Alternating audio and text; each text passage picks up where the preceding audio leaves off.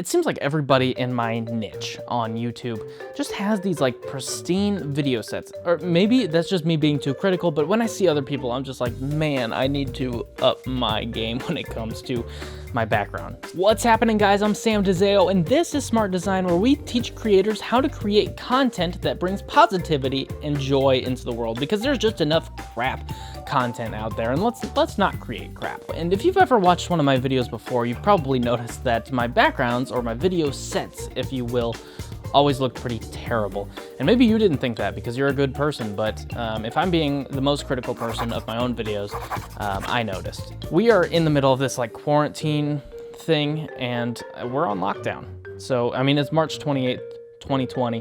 And quite frankly, I need something to do. What better time than now to just up the video quality? And I had a couple criteria for my set that it had to meet. One, it had to meet this balance between being interesting and not distracting. But two, I wanted to have some personality. I want to feel like this is my set and there's some little pieces of me in the background. And three, kind of, I already alluded to this, but I didn't want to spend a whole bunch of money. And I'm willing to spend a little bit of money, but I wanted to mainly use things that I already had in my house. So this is the journey of us getting to this point. So as I was kind of brainstorming about this, I came up with the idea. We actually have this space in our basement. It's kind of cool. In our basement, we actually started a camera collection of all these old cameras. I mean, look at this guy. That is so cool.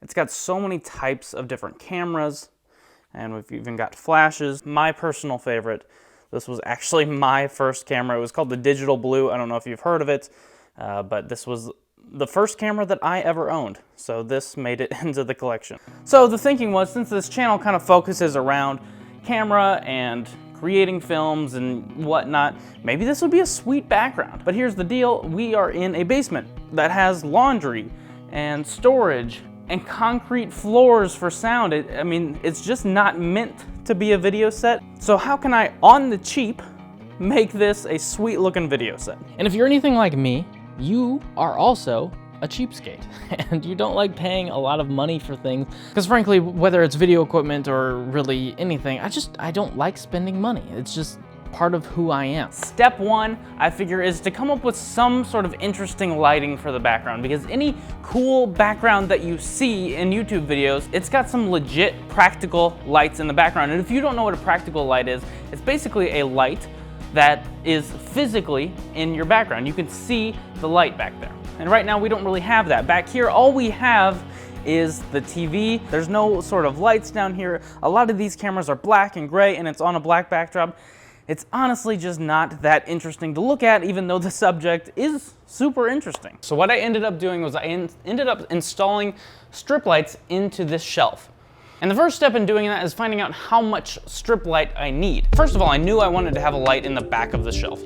So I measured the distance in the back, and then I was gonna have the light come through the back, so I had to measure the distance to the other side, and then I figured it would go to the back, down to the next shelf, and then to the other side, and then it would continue to do that until we were at this point.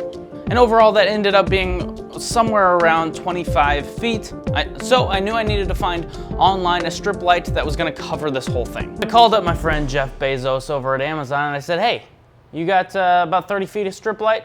And let me tell you this, the guy was nice enough to ship it to my house in 2 days flat. What a nice guy. What a nice guy.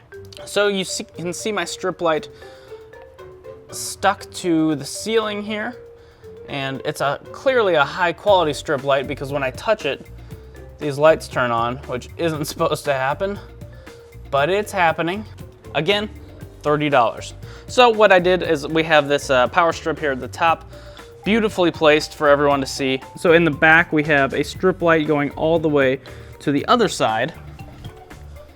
And then we drilled a hole right here, stuck the strip light, and we might need to just add some more tape to this just to make sure it stays up. Stuck it through here, went all the way to the other end, drilled a hole in the other end, went back down the back side, through that way, all the way to this end, and you get the picture. And after you drill a couple holes, this is what it looks like. And I should also mention, we do have these Edison bulbs hanging down right here. This actually was something we installed before I ever had this video idea. We just thought they were kind of cool. So we do have them. If we're able to use them, sweet. If not, that's all right. But we do have them. All right, so the next step is figuring out where the heck I'm gonna put the camera. So to me, the obvious first step to just try to experiment, see what I like and what I don't like, is to put it in the middle, because it kind of gives me that symmetrical look.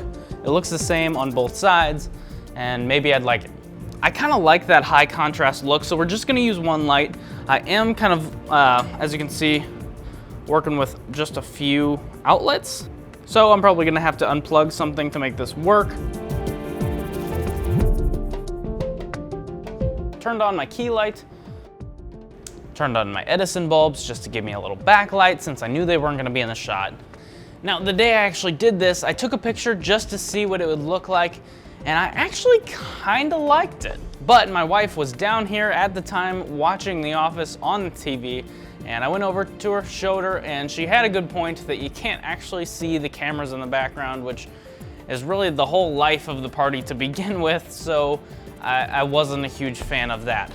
The second thing that she wasn't a huge fan of is the fact that the camera is right next to all of the laundry stuff. So I would have to either set up, tear down, or leave it up and make it super inconvenient to do laundry, which I can understand would be a problem. So that's 2 deal breakers for this setup, so I'm gonna have to figure something else out. So I moved it to one of the sides, and I was thinking I could kind of go for a rule of thirds action here. And one of the problems that this solves is you can see the background. You can see what's going on back there. Problem it didn't solve is that I'm still kind of in the middle of this room, and my wife's not gonna be happy about that. Becca, I totally understand. Let's try to make this work. The other problem is I'm still close to the AC, and I'm actually closer than I was before, so that's not gonna work. It's going to be a problem, and I guess I could turn the AC off, but it's just not an ideal spot. So I ended up moving it to the other side, which actually gets me away from the AC unit. Hope you can tell that it already sounds a bit better, but we can see what's going on in the background. I'm gonna have to paint that wall because that orange isn't really doing much for me, and I'm kind of away from everything. So I think I dig this, and Becca, she likes it too. So we've got something working here. I've spent $30 so far, and I've made a much better set for myself. One thing I wanted to make sure of is that I used a wider angle, and I'm not using a wide angle lens right now, but as you can see, I can reach the lens, so it's not too far away from me, and that was intentional. I feel like on YouTube, it's kind of a community, and it's supposed to be me talking to you. So I don't want it to feel like there's this distance between me and you. I want it to feel very intimate, and you get that with a wide angle lens, which unfortunately is gonna show more around me, which means I need to make sure I make all of this area behind me clean and nice looking, which makes it a little bit harder, but I think it's worth it because now you and I look like we're having a conversation, and I'm not really far away and the camera's just zoomed in on me, if that makes sense.